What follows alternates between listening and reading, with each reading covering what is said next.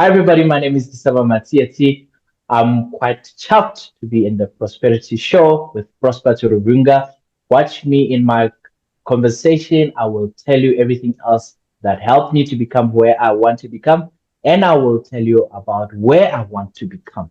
It's not just me being here at the pinnacle. This is just the stop, but there's still more journey for me to go. In my journey, you'll be able to find out how did I survive the six circumstances that were actually against me, and how did I turn things around to not just getting 7 university qualifications, but also to identify when opportunities were closing behind me and new ones were opening in front of me, and how I actually identify one person who was very, very key in my journey. All of that will be able to get very, very soon in the Prosperity Show.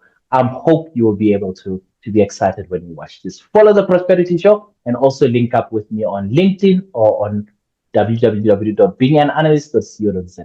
We'll meet up very, very soon. God bless.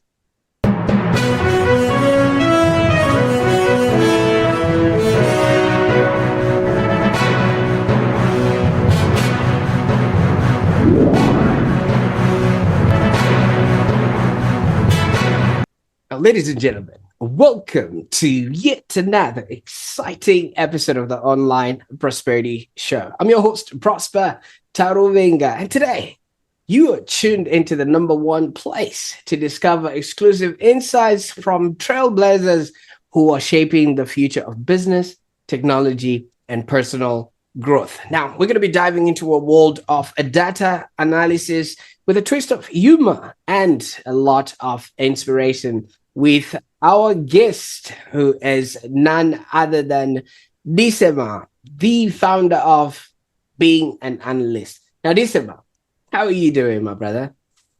Mr. Taruvinga, all is well. Thanks for having me in your show, Prosper. Looking forward to this conversation.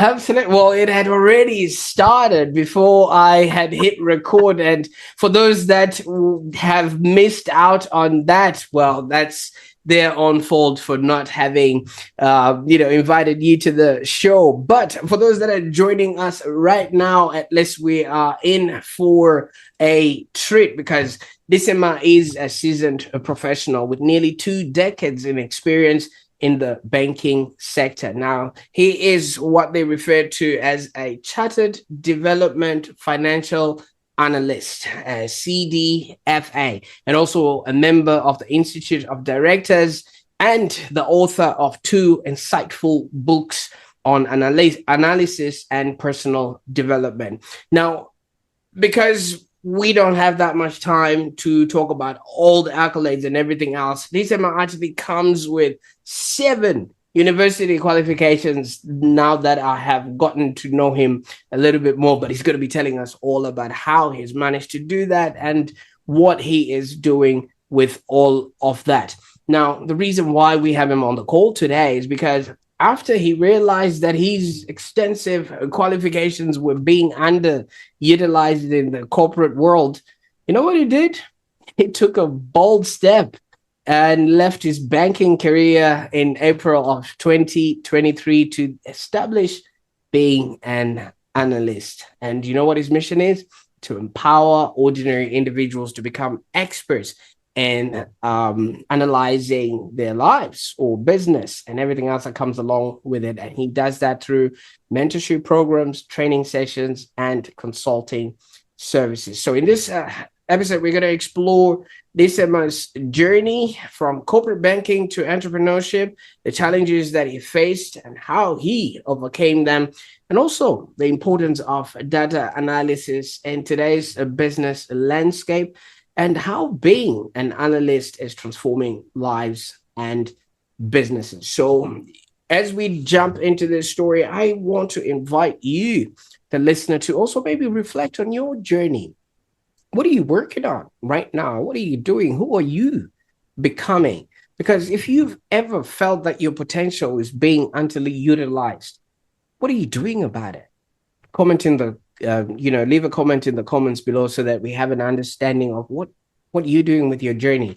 And you never know with the insights that Lisema has, you, my friend, can be, do, and have happy existence. Now, listen, mate, you've got 7 qualifications. You've heard people talk from the podium all your life and things of that nature. So the last thing you need is somebody who's replaying back your life, and you're just wondering, wait a minute, is that what I'm here for? Thank you so much for being on the show today. You've literally done it all.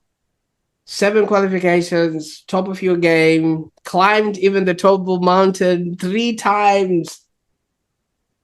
Tell us a little bit about your journey, sir. No, no, Prosper, I haven't done it all. You know what I'm watching now? I'm watching some guys that are doing long distances. They moved from Europe and they took their motorcycles down to Cape Town. So what I want to do, I want to do that with my family, and I shared that with my commission manager because I'm also an advisor. So I Right. was speaking to a commission manager, and I said, you know what I want to do? At the end of this contract, I want to take my family and I want to travel to Europe through Africa, and I want to come back the other side, so Oh, that I can do the whole Africa thing. What I've managed to do in 2016 is only to travel neighboring countries from South Africa, going to Botswana, Namibia, went to Mozambique, Zimbabwe, and Zambia. I haven't finished it up, all of it, but I haven't done it all. So I'm trying to say there's a lot to be done. And I don't think I'll be able to finish it all. So I'll leave the rest for my kids to explore and do stuff. We don't want them to feel like, you know, their parents were superhumans, but we also want to show them on their side that everything else is possible, especially where we are coming from. Me, myself, and Olerat, my wife, where we grew up in situations where there wasn't much. And when we're talking about that, is because we grew up during apartheid era. So it was by design that somebody who looks like me should be poor. So it doesn't matter how smart you are. It doesn't matter what opportunities that you had. You were supposed to be poor. So right now, all that we are trying to do is to say, what could I have become if poverty was not destined to me in the 80s when we were born? And poverty was not our reality in the 90s as we were trying to find our feet. And now that we have finished the school, what options are out there for us to explore? And that is, I think, maybe the driving force to coming up with a leadership vision that says, I want to share all that I could with people that are aspiring, and not just share, but also give them the practical steps. I think you've touched a little bit on that leadership vision that I want to get into. But yes, it started a long time ago. My grandparents were born in South Africa, Kronstadt, but the guy was an entrepreneur, as I'm hearing about it. So at one point, the story, I don't want to go into it, but the short of it is the regime back then, they knocked into their house. They didn't own the house, they was renting it for 6 pence at the time. He had a center where he had all the shops there. All the shops belonged to him, like a shopping center. Dressmaking, driving school, whatever the case is. It was his, and he owned some trucks. They said you have one car or one truck to fill up, we're dropping you in Lesotho. So they could only fill up a truck and a little bit of a bakkie. Then the rest of the cars they had to leave behind and the shops and the stuff. And he couldn't do more, even though he had 8 kids. He couldn't drive much more because they were of the generation. They were he was born in 1918. I think they call those the silent generation. So they valid. didn't want to teach their kids their stuff on empowering and and um and I think that his kids are they call them what, the forgotten generation. So they didn't want to be taught how to drive. So he could only get away with one car, one truck, and one car. The rest he left behind. That's where my mother and my father left because he started becoming, my grandfather was also a pastor. He became a part of the Seventh day Adventist, and my mother stayed just across, and both of them met in church. And I was married to Adventist parents. And then 7 kids later, I was 5 kids later, I was born as the sixth one in 86, and I was the last one. And then my father was already working in South Africa in the mines for a long time. He only stayed there as a young boy. And then he started working in South Africa and 87, 88. So I was only in Lesotho as a toddler. We started, making our feet in South Africa. And yes, and that's where everything else, more or less, that's what I could know and what I could remember. But the turn of things was in the 90s where my parents divorced. That's where we were forced into terrible poverty because our poverty before was covered because my father was a liaison officer at one of the mining companies. We had a house and we were like middle class. We had a house, electricity, everything else was given to us. You know, almost that dispersion of apartheid. If you do something else, you get everything. If you do something, you get nothing. So we had stuff. But afterwards, we were faced with reality where my mother could not raise the money. And all of that, we could see my mother becoming entrepreneurial, using some of the skills that they learned as women that were, wives of people that were working for this organization. There was a development center, things like sewing, small things like that. She had to use those to become a hawker. So along the way, she was a hawker and she was quite, as much as also my older sisters had to, because now with the divorce, the money's not enough. They had to become entrepreneurial and start a hair salon. But she would say we as the boys, because the last is the girls that are older and the boys at the bottom. The boys could go to school, so we tried to go to school and shy away from micro enterprise way. So I'm trying to give you a taste of what was around me when I finished my matric, my high school, and then getting into the way. So I was already given the objective or a mission from home: go to university, start a career. Mm. Your sisters have given you opportunity. Me as your mother, we're giving you guys an opportunity to go. And both my sisters also went to college. The youngest the youngest sister also went to university, same as the middle sister. The oldest one went to college of dressmaking. So we as the boys, we got all of us went to university. And we went to university, some of us multiple times. So that was, I think it's a scene that not most people would have, Mm. especially those days. All of this is because of hard work. We were just working hard to get it, not because of money. We didn't have money. It was just because of hard work. Wherever there's an opportunity, we go in. Thanks, Prosper. Absolutely. And thank you so much for obviously giving us a bit of light into your journey and, how it all came to be. Now, with such a situation where there was a lot of pressure on you to make it, because if your mom would have had to sacrifice to have to put you through university and things of that nature, did that also sort of like manifest as you really had to succeed, and maybe that then got you to want to do more than what would have been maybe enough at that particular time? I think it was a blessing also because Okay. I got to see the other side. Right. So through our poverty, I got to see what poverty looks like. What I remember around 99, the year 2000, we would walk like 5 kilometers to school. I was finishing up my middle school then to jump into high school. And the guys that I was working with would smoke marijuana. They would mix it up with Mentrax.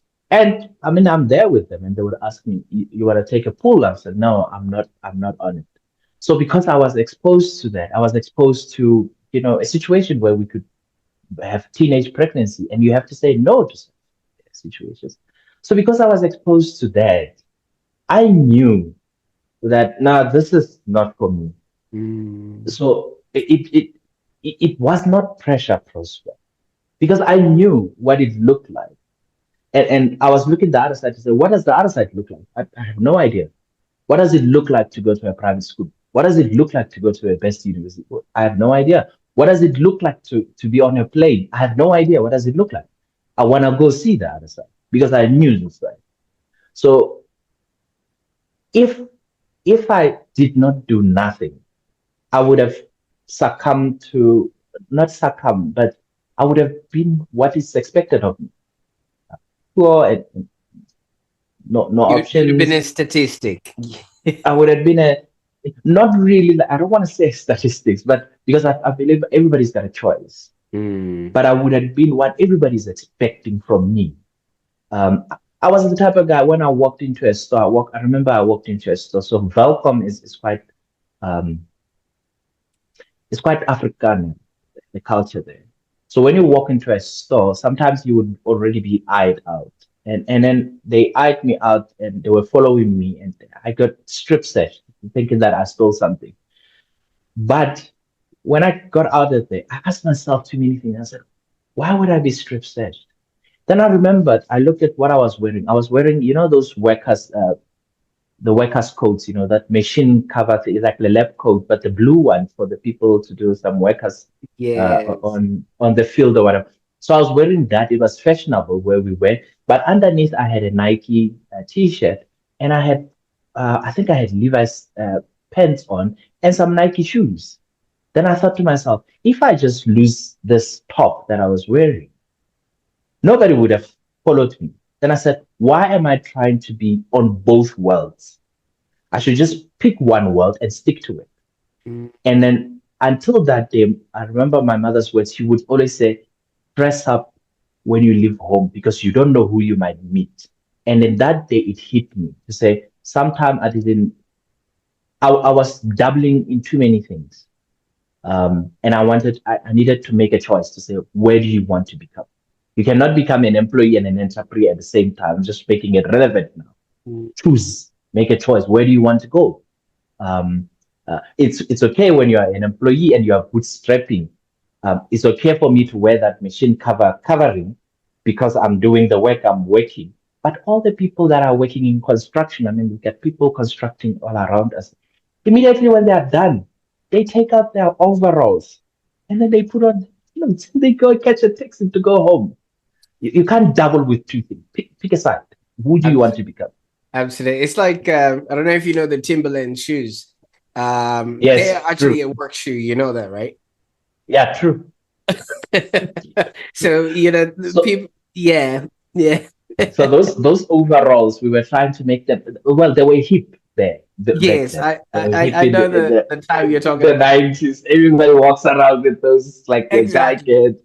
exactly. But Now, nah. the exciting thing about all of this is you took off that dust coat and you wore your suit and you did it for 2 decades because you then went on into the banking sector. You know what I mean? You really dressed True. for where you wanted to go and you took that message to heart. What was obviously the highlight of this tenure in the banking world that maybe might constitute or might inform what you're now doing now?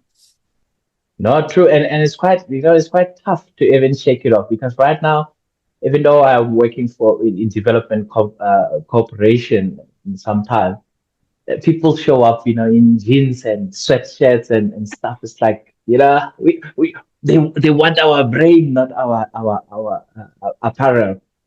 But I still find it difficult. I try by all means. I'm always with a shirt, and then sometimes I'll mix it up with a jean, and then I got my jacket. I tried. I tried.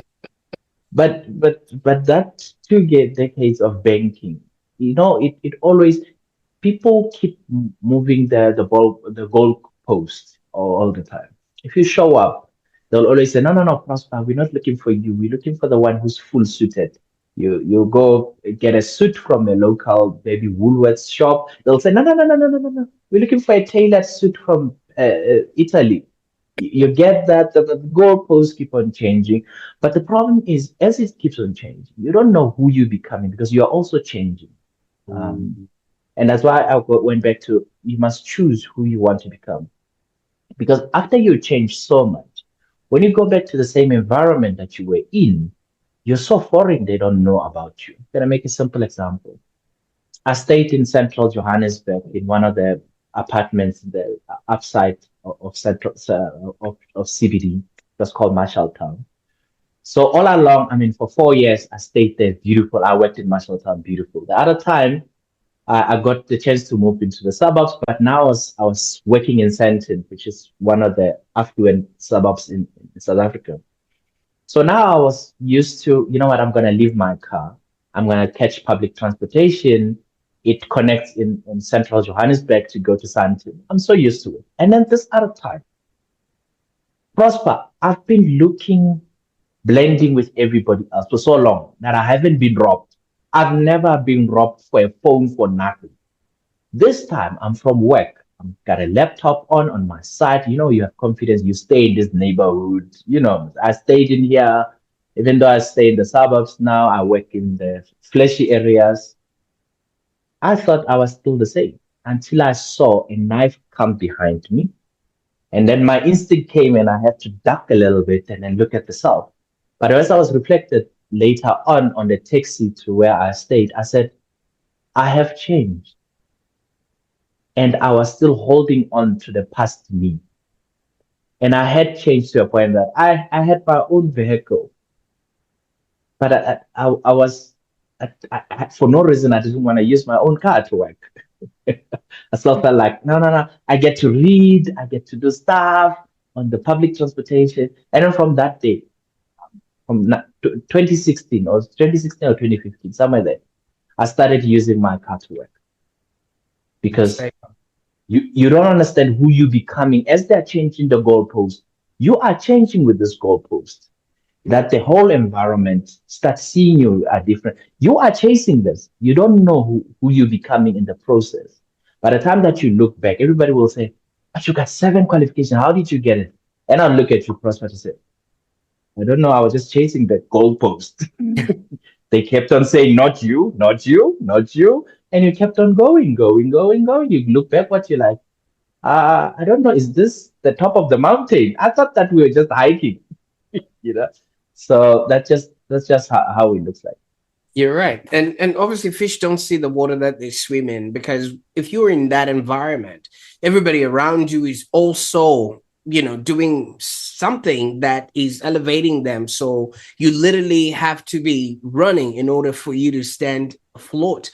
But once you arrived at some sort of pinnacle, you realize, okay, after the 7 that you had amassed, you started noticing and feeling that you were being underutilized, or maybe they were just respecting you because they didn't know how else to approach you because of the qualifications that you have. How did this realization then impact your career decisions? There was no realization. Going back to my story twice, a door shut behind me. Remember when I was in this store and there were men handling me, looking for stuff that's stolen. My mind, I knew the door is closed. I can't be cool anymore. Okay, I have to look like a Lani boy. They call them, the upper class boy. Even though I'm still poor, the door of being general had closed. When I was in central Johannesburg and people wanted, they doing their first attempt at robbing me, I knew then the door is closed. The same was true, Prosper, when I got into banking. So the first time I doubled into entrepreneurship was when I was in boarding school. It was the most successful I've ever been. 2 weeks. I started with $100. I bought sweets and stuff. And then within 2 weeks, I had $400. Taste of entrepreneurship. I can do it. Oh my gosh. I had to close down because the prefects were now jealous to say, you're not a prefect. How could you run a spaza shop in hostel? Okay. So back of my mind, I knew. My mother told me, don't do that. Go to university. Went to university. They accepted me for business management, but I said, nah, I'm gonna do finance. What's this business management? I don't want to be running a shop. Fast forward longer, 2020, 2012, that thing came back to me. What if you start something? I mean, there's a coffee culture and cake culture. So I open up a coffee and cake shop, but loans and everything else, 6 employees, it's a coffee shop, you need a lot of money. A few months into it, I knew I could see here, nah, it's not going to work. Closed it off. A year later, paid it off for many years. 2019, only then did I finish paying it off, all the loans that I had taken. So I had another bite, like I'm still doubling into two. Like I'm doing something here, I'm still a full-time employee. 2013, I knew the door is shutting behind. I had to make a decision now. And that's when I left bank. So for every time when you walk down the corridor, you think that it's an open corridor, but you don't know that the doors are just coming out to close. You can't go back anymore, Prosper. You can't. There's nothing to go back to. In fact, if you find yourself, if you put explosions and you open that door that just closed behind you, the people here will kick you out. I'll make an example. Left banking, double bootstrap into creating being an analyst. Very difficult to get clients. And I'm looking at my savings. I'm like, hey, I got 2 years of savings, but unexpected things are doubling quickly. Olerato, my wife is also getting a voluntary retrenchment. I'm like, this is going to be tough. We're going to be in tough situation. Let me call back my friends at the bank. Maybe they'll sort me out. Prosper, 4 interviews where people were saying, we want you. 4. We did the interviews. We are all happy. None of them resulted into a placement. None. A door had closed. A door closes behind you. So it's not a decision that you make to say, when the sun is shining in this way, the time that you go, you just realize the door is closing behind you. And the doors that has opened now is a different chapter where you get to see different people and explore different type of people. So earlier on, I was explaining about, how the careers worked. And allow me, I mean, if we still got some time for me to do that. The nice part about it is I had set up my career differently. And hence why when the doors are closing, there isn't much resistance to me, but to proceed. So the careers of our fathers, my father is a miner and my mother is a hawker. It was like vertical. It was just like an I shape. So we always talk about the IT and M-shaped careers. So that's what's I-shaped. I-shaped means if you are working in marketing, you would know outdoor, indoor, event management, whatever, all of those things, TikTok, social media, you become an expert in marketing. One vertical. So the deeper you go into marketing, the more the money you get paid. So when you get into exact areas, that's what we were taught, that's why we were taken into middle management and senior management programs when I was in banking. It's for you to know the T-shape, meaning that if you're in marketing, know everything else that you have to do with marketing, but also know a little bit about operations, know a little bit about finance, know a little bit of law, know a little bit. So you become a T-shape. So those makes good executives. Now, the problem with me was I'm an expert in other fields and proficient in most. So you'd be proficient because of mostly because of the 7 qualifications. So you are proficient, let's say, in finance, or you're an expert in finance, proficient in IT, proficient. So those people that are proficient in multiple things, they call them the M shape, where each thing that you are proficient on, finance could be a career on its own. IT is a career on its own. Running a business, starting a business, it's a career on its own. Sitting on boards, it's a career on its own. So having different verticals, multiple verticals, they call you the M-shaped career. So as the doors are closing, it was an opportunity for somebody like me with the M shape to explore other things. And I don't know, Prosper, if you know that parable of the talents. Is it a parable of the talents, or is it the story of the talents? Somewhere in the Bible, Yes, yes.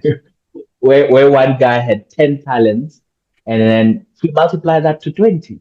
The other Mm. had one and he did nothing. And that hit me as I was doing a prayer session in one time. And I said, I have so much that I can offer, but I'm not doing nothing. So right now where I'm sitting in, I'm able to double into various things. Like now, you've spoken about me writing 2 books. It just doesn't stop there, because right now I was on the call with somebody else who I'm helping publish a book also. I'm telling him all the steps to say, no, the manuscript, when you got to the last chapter, you were tired, try to open it up a little bit. So it becomes also another vertical that comes into play. And you're not doing all of this just for my own selfish reasons, but you become a blessing to those around you.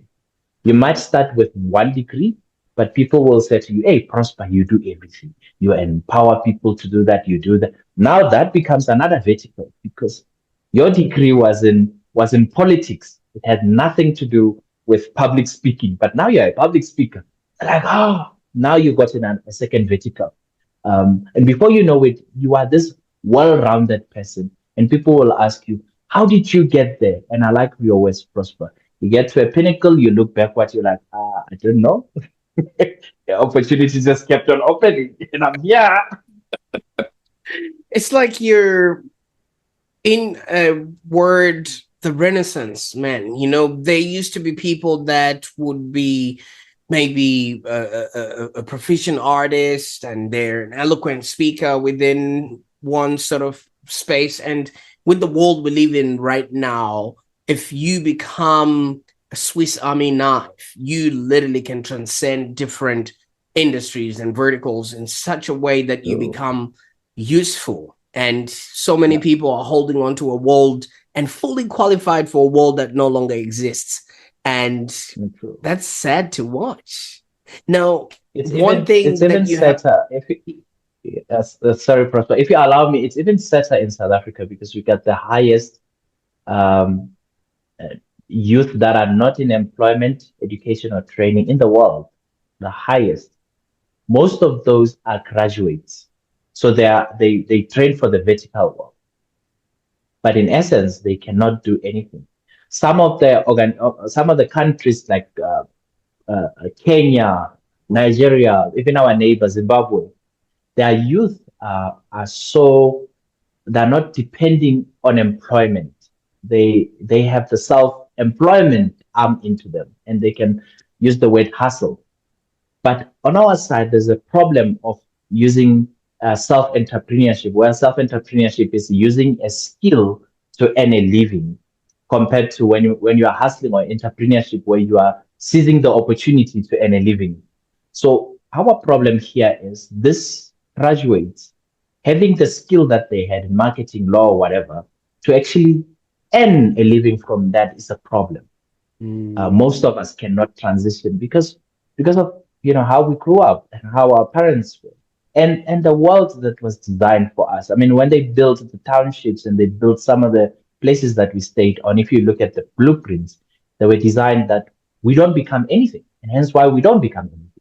It's a difficult world, and it needs a huge shift. And I think for me, with the exposure that I've gotten when I was still younger, it makes it easier for me to see that it's the door has just closed, and don't fight against the door. but that takes being an analyst, right? To be able to see that, because not a lot of people can see certain things. Like, you know, you're talking about Zimbabwe. I was brought up in Zimbabwe, where at a very young age, I was now involved in buying and selling of petrol, and I would know who Ooh, has petrol and who doesn't. I got involved in the bread game, and I also got involved in the drinks side of things, and also butter exchange. So in the morning, you just wake up and go on the road and hear who's got what, and start connecting people that are looking for that. And if you can make a commission along the journey, that would make it happen. But I can only imagine, you know, that was maybe that time, maybe things have changed. I'm not quite sure, but that is the world that I sort of grew up in. And I think I've Man. moved on with that as well. And right about now, it's sort of like, just holding on to True. who's got what and how can I connect them. So you've built Being an Analyst, and it looks like you having a very good community around that. Tell us what that is, first of all, and yeah, what does this network provide Yeah. to those that are not yet well versed with being an analyst? Yeah, that whole thing started with Olerato, and she was asking me to say, during COVID, she didn't know what I do. She knew I worked in banking. And during COVID, she was like, is this what you do? It's like, yeah, this is what I do. It's like, why is people calling you all the time and you explain the same thing to different people? I'm like, yeah, that's what I do. That's my job. Just like, what if you create, you know, some tutorials and you just refer them to them? And I started 2021, doubled in a little bit on YouTube. I would send people there. And that actually helped me to sharpen my public speaking. As much as I was in debate in high school, it had been many years since I spoken. So that whole thing of talking to the camera and actually having, because most people, if you're not used to looking at the camera, you look around and as a viewer, you don't connect with that person, or or or I just sit up straight like this, and then I would watch myself. I'm like, flip, that video is so terrible. I'm gonna redo it again. And that created me to say, how much of hand motion can I use within this small screen? I don't have a huge PowerPoint presentation, but I got this small screen that I can show you. It moves from here, it went up again there, and you can see in your head that it's a craft. So she helped me. And then she said to me, and I was like, yeah, and I got this so much knowledge, I got these qualifications that I can talk to. She said, no. So what do you mean? She said, what are you getting paid for? I said, I'm an analyst. I'm a financial analyst. He said, that's what you're going to be talking about. And that zoned, helped me focus. Because when you focus on what people already pay you for, you're increasing your expertise. When you talk about the things that you know about, you're just a commentator. You're as good as anybody else on X or on TikTok, where everybody else is just highly a generalist, but they never got into a point where they can actually turn that into a commission and make that into a business. So that's where it started. 2021, 2022, I did all of that. In 2023, you could see I already had confidence that I already built a community. The door is shutting behind me. Let me go and explore the community. So within the community, even yesterday, we're chatting with one other person. She's a CIO in one of the organizations. And she was like, she's part of the CIO gang WhatsApp group. And that WhatsApp group, they get information about, oh, let's congratulate Prosper. He's now a chief information officer of this organization. Yippee, well done. And then it becomes quiet. And that's a random message. And she's like, I was telling them about the community that you've built, that there is a plan on, guys, we're going to talk about Power BI. You will give you snippets of 2 minutes, 10 minutes, whatever the case, we'll give you snippets. We'll talk about Power BI for the next 2 weeks. If you want more information, feel free to talk in the community. Somebody will call you because you don't know who's in the community. And then next, we'll talk about something else, Python. Anything else that you have to do with Python? And then we go on to the next one. After that, we talk about soft skills. How do you interview? How do you show yourself? How do you talk? How do you do that? And then it becomes that plan. And then with that, other people would reach out. So every quarter, I take people onto the mentorship process. Use one of those psychrometric tests to actually find out who's really, really interested. Also need to tighten up the selection process to reduce the number of drop-offs. When people are going through a 12-week intense program, they tend to drop off. And it's all of those things that we are taking from the community, whether you're coming through reading newsletters, you're coming through reading stuff that we might be posting on LinkedIn, coming through on the WhatsApp group.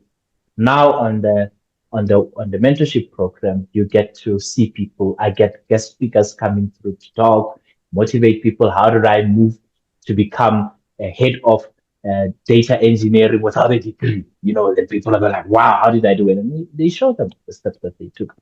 And that's what they do. And now, based on what I do also as a in development corporation, I want to take this and link it to the end result, which is two jobs. We want to connect. My aspiration is to connect somebody, take them from not earning to earning through our intervention, whether it's through the newsletters, through the WhatsApp group, or through the mentorship program. But whatever the intervention, or through us going into developing you into a training course itself, we want to take you through the intervention to earning. That's on one side. The other side is on consulting, which is also type of advisory.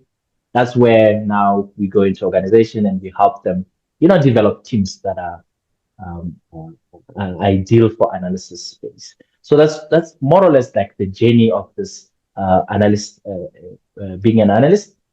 Unlike the one that I bend, I'm not going into loans with it. A lot of people have said, why can't you go and raise funds on it? No, no, not yet.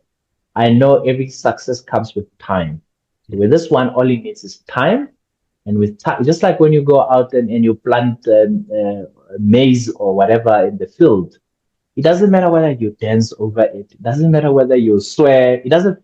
All it needs is time, and the maize will pop up, and before you know it, it's harvest time. That's all that you need. Even with business, any other business is all about that. And you've spoken about the Swiss Army knife. The danger with all of this, you need to have systems going in. As I'm talking now, it's like I'm all over. You need to have a system going. Because if you don't have a system and a rigorous schedule and process, you will be distracted. But the key of doing all of this thing is to knowing, like literally on the diary, this is the time to do this. This is the time to do this. This is the time to do this. Because if you don't have the correct balance of where are you involved in what, you will become a master of none. But the only way for you, for me specifically, for me to be able to get thus far is to become as simple as binary as it comes. Just put in time in your diary, and make sure that when you said this is the time for me to develop a document or memorandum of understanding with somebody else, document it at that time. Other stuff, other I like what you one of your emails, Prosper, you're talking about the 80-20 principle, the periodic principle. Along the way, things will fall off. You're not going around and say, is me interviewing with everybody else? Is it worth it? Is not worth it? But along the way, because of you're always prioritizing what is key in this season that you're going in, things will fall off. And then the other ones will have much better attention based on where you're going. So we can't come back and say, I cannot come here and tell you if you're doing this, you have time with your friends, you have time with you, whatever, you're not going to become a success. No, it's all based on the season that you are in. And the 80-20 happens automatically. Before you know it, when somebody asks you to say, hey, Prosper, when are we coming for beers there? Yeah, man, it's been a long time. You wouldn't have known. You haven't had beers in a long time. I didn't know. Who knows? Having beers with me might have fallen off. It's the 80% that produces no results. Absolutely. Well, don't you worry. If I do come around your area, we're definitely going to be having a beer. But from what you're saying, not only systems are important, but you are also going to need a lot of personal development from what I'm gathering, because, the whole understanding of knowing that time is a factor. It takes 21 years to be 21 years old. And so many people, true. So many people just put a seed in and then tomorrow they're already waiting. You were talking about the maize analogy and they're like, oh, come on, I want to eat, I want to have popcorn here or things of that nature. How do you integrate personal development into your analytical training programs? And the reason why I'm asking this is analytics is usually very left brain and personal development is very right brain. I don't know how you've managed to make that intersection and, without blowing you. Not true. You're so true. You're so true. I'm going to go to one of the psychometric tests, the insights discovery. You know, the one that says red, yellow, blue, what Yeah. color are you? Yes. Yes. So we did that one even before we got married. Sorry, we're such nets. So my wife has got two honors degrees, and we met in the when she was doing her undergrad in IT Yes. management. So when we got married, we did also that, and also, you know, whatever promotion that you're going into, especially whatever, when you go up in corporate, they always insist that you take psychometric test. So on the psychometric test, when I'm conscious, I'm yellow, bubbly yellow. Bubbly yellow means I'm accommodating, I'm sharing, I'm talking with everybody. And hence why in this conversation, welcoming, it comes very natural to me to talk to people, to strangers, to everything else. Very natural. When I'm unconscious, I'm left alone, I'm red, fiery red. Red has to do with um, everything else has to do with action orientated development. Very short, to the point. Let me know what should be done, what should be achieved at a certain time. So that balances out for me to say I'm able to, switch into, like in being an analyst, I can perform on stages, talk on radios, talk to people, be welcoming to them while I link it up to an objective. Why am I talking to Prosper today? Why should I be on radio in the next few minutes? Why should I do this? If the why is not aligned, which means the achievement side, I'm Mm. more likely to drop you. Say apologies. For me to bring in my energy into any encounter, it has to do with the why. That also links up um, to the left brain. So what I said here, you can say that's the right brain. The left brain is the achievement, the fiery rate has to say, what will I achieve on? So the on doesn't make me a detailed person, because when anybody else looks at the degrees that I took in finance, IT, flipping, the first thing that you'll say is those are people that are nerds. The reason why I was able to perform also in the nerdy area and do it so well is because it's linked to what am I trying to achieve. Achievement, I can go into the detail and get that way, but also be able to translate all of these things because of my yellow. Also, when you get married, they say you must marry well. Olerato on the other side, she is both blue and green. So when she's on her own, she's all blue. She's all about the detail. I mean, she would be the one that says, where are we going to spend the money? I'm the guy with the finance, but I know that finance at home, she will know exactly what to do with it than me. But the green part, which is non existent to me, comes from her. She'll be the one that says, no, you better call Prosper, apologize. What you did was not right. And then she balanced me out. So in that way, then we are all complete. The whole square. So that is how I was able to match both the left brain and the right brain, if you meant to say. Mm. Because also the support system is the one that also helps me. And it becomes easier because I'm a bubbly and talking person. I can come back and say, hey, I have this problem. And then I knew, hey, I'm going to get a fair chance of what to do, because for me, I'm always about, and I would share something with you, and it's something that has to do with psychological safety that I was also going through. So right now, I have another contract where we subcontracted somebody else for about, it's not a lot of money. So I think it's about 10 million rand. We subcontract this person to create something to deliver it to 700 students so that they can get jobs. So when I started fiery red, you know what I want? The project manager in me pops up, said, listen, this is the activity, work breakdown structure, this is the activity that you must do. This is the Gantt chart. Just show me what date you're going to start, what date you're going to stop. This professor, PhD people, froze. Why are you guys freezing? They are blue. I'm red. I'm all about when are we going to achieve this? Prosper, tell me the date. When are you going to do this? You are blue. No, I want to go into the detail. I want to find out first. Like, Uh, I gave you 2 weeks. Can you just put the start and end date so that I can manage you? It created frustration. So psychological safety in the Cartesian plane, just at the bottom here, is when you have very, very low accountability, and very, very low psychological safety. You are here at the bottom. Nobody wants to be there because that's the sobbing area. Oh, we're not accountable. You don't tell me why you're crying.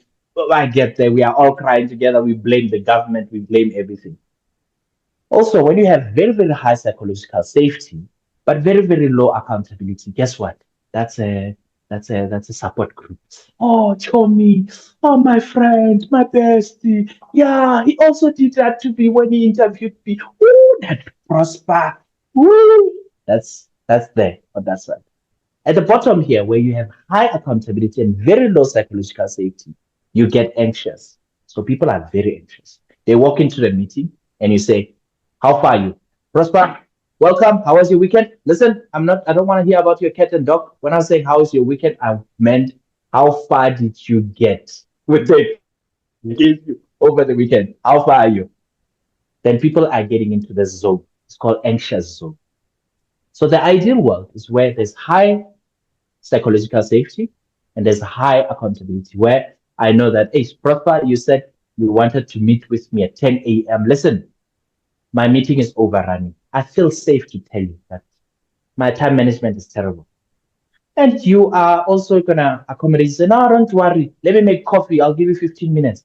That is called the learning zone, where I'm comfortable to tell you what's wrong, but I am not shying away from my accountability. I must make it to the meeting. Not everybody comes. So in this project that I was looking in, I thought we starting here. You're getting somebody with a PhD. We should be in the learning zone. Only to find out that, like any other intern, they can start at the anxious zone when you press the accountability. But now, unlike the intern where I still need to go, oh, what's your goals? Woo, you're gonna study marketing. Very good. Instead of that, where you're dropping accountability to almost nothing, they are there for a contract and they're still supposed to deliver based on the contract. Because I mean, we are experts now. When the contract says, Prosper, you go in to empower 70 people, that's what the contract says. You are accountable for the 70 people. All we want to know is how far are you on the 70 people? So instead of us reducing their accountability, we let the accountability there because you are bound by that by the contract. But the only thing else that you can do is either you become transparent, we are in the learning zone, or you go into an anxious zone. So what I learned is most people were jumping into the anxious zone. And now my learning ability was to say, how do I get people from the anxious zone into the learning zone? Not to the, Tommy, me too. Yeah. But you see, That's a terrible zone to be in. that's a world a lot of people like living in. You know what I mean? Just the nice, cushy, with that dabbling into No. much more stuff. No, Lisema, obviously there's quite a lot that we could jump into and things of that nature. But for those that are watching and have been enamored by your obviously expertise and what it is that you've got to offer, where can people find you on the internet so that they can maybe explore whether being an analyst could be their next career move? Yeah.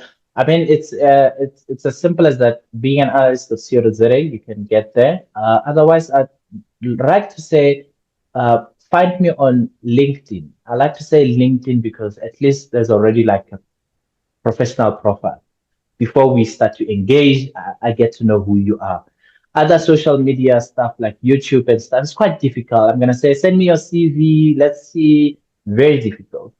And organizations, they can just email to me so that they tell me what the objective is. Like later on today, I meet up with most organizations, just go talk like what we're talking about here. But instead of just myself, we talk about models on what type of models can you apply. Sorry, I already shared a few models. Sorry, Ish. The me in me, I can't talk without models. So when you are stuck somewhere, as part of your strategy, where do you go? Into which model do you apply to get your team to be highly productive? Whether it's in the world of AI or because what everything else is change management. So you are faced with change. How do you, what model might be ideal for you, and how do you track the success of that model? And that's where reporting will come into place, or monitoring and evaluation if you are dealing with beneficiaries. So LinkedIn would be the best way to go there. Lisema Matsietsi, my name. And then on Being An Analyst.co.za, it's a simple page, one page, a website. Just send me an email and then I'll be able to connect with you. Absolutely. I'll make sure I will put all those links in the show notes so that people can get acquainted with you and maybe join you on this journey and learn some of these models. Now, listen, before I let you go, I really believe in life, we're here to live, to learn, and to contribute. And you've obviously done all the learning. I mean, the 7 qualifications and things of that nature. And now you are obviously now contributing to other people, passing down the knowledge that you've had, so that they too can be, do, and have a happier existence. But along the journey, you were talking about systems, models, and things of that nature. There's one system that really is a line of thread in your whole entire journey that I've noticed, and it all culminates in one individual from what I'm receiving right now. And that individual is your wife, Lerata. From the start, she's been the pillar, the system that you're actually being supported on. No matter how qualified you are, you had to turn to her at some point and she told you exactly what to do next. Now, I don't think you've ever had maybe this opportunity. Maybe you do, you understand her colors, blue and green and everything else. But there could be something that you may want to tell her just to let her know how much of a support system she's been to your life and things of that nature. Because I know she's going to be watching this part right now. Not true. I try by all means, but she thinks that I'm a joker. But to be honest with you, you are spot on. She has allowed me to become a lot that I did not know that I could become. And for that, my love, I really, really love you and really, really appreciate you being here with me throughout the journey. Just this morning, I was, also becoming vulnerable to say, hey, I'm hardly ever at home. I'm so busy with everything, and I feel like you're taking everything with the kids. She was like, no, it's fine as long as, you get to become yourself. And it took me aback a little bit, Prosper, because here you are given, it's like a blank check to say, sort out your career, sort out your business, sort out your stuff. We'll be here when you are done, or whenever you need us. So I think for me, I could never ask for more. And also on the other side, she's also building her business on her own because she's starting out her business. She left the, the corporate world and she started her business in 2013. Now she has grown from just being an influencer to becoming a business owner. So it's also me doing the best that I could do to support her. Sometimes I cancel your shows, guys, and I'm like, no, she needs me. She needs me to go fly a drone. I'm gonna go fly a drone.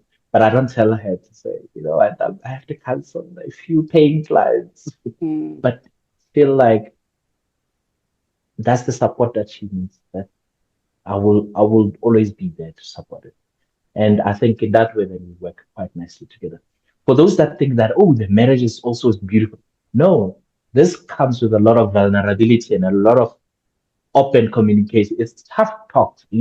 I've never been to court, but I think court might be easier. It a lot of couch conversation. Right? We become honest to say.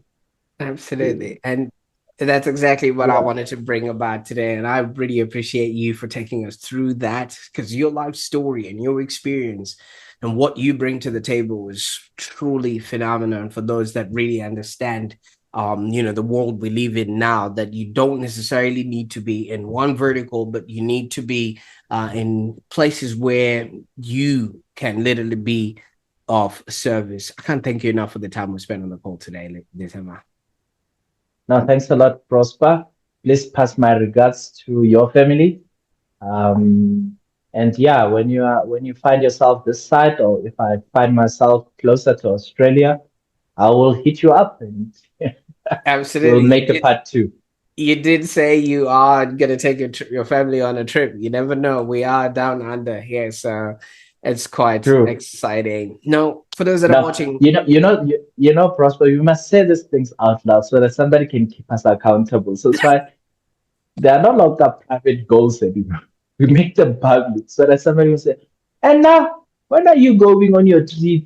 so when Uh, we definitely speak it into existence. That's what they say. Now, I can't thank you enough for being on this call. And for those that are watching, thank you so much for being on this journey with us as well. I viscerally believe while you were watching or listening, you too were going through your journey and trying to find yourself in Lisema's footsteps there, because his journey is a testament to the power of self-belief, resilience, and just the pursuit of one's purpose. And his transition from that corporate role that he was in to now empowering others through data analysis is just both inspiring and instructive. So if this story resonated with you, just consider checking out some of his books and programs at Being an Analyst. I will put all those links in the show notes below. And obviously, we encourage you to stay tuned to the Online Prosperity Show for more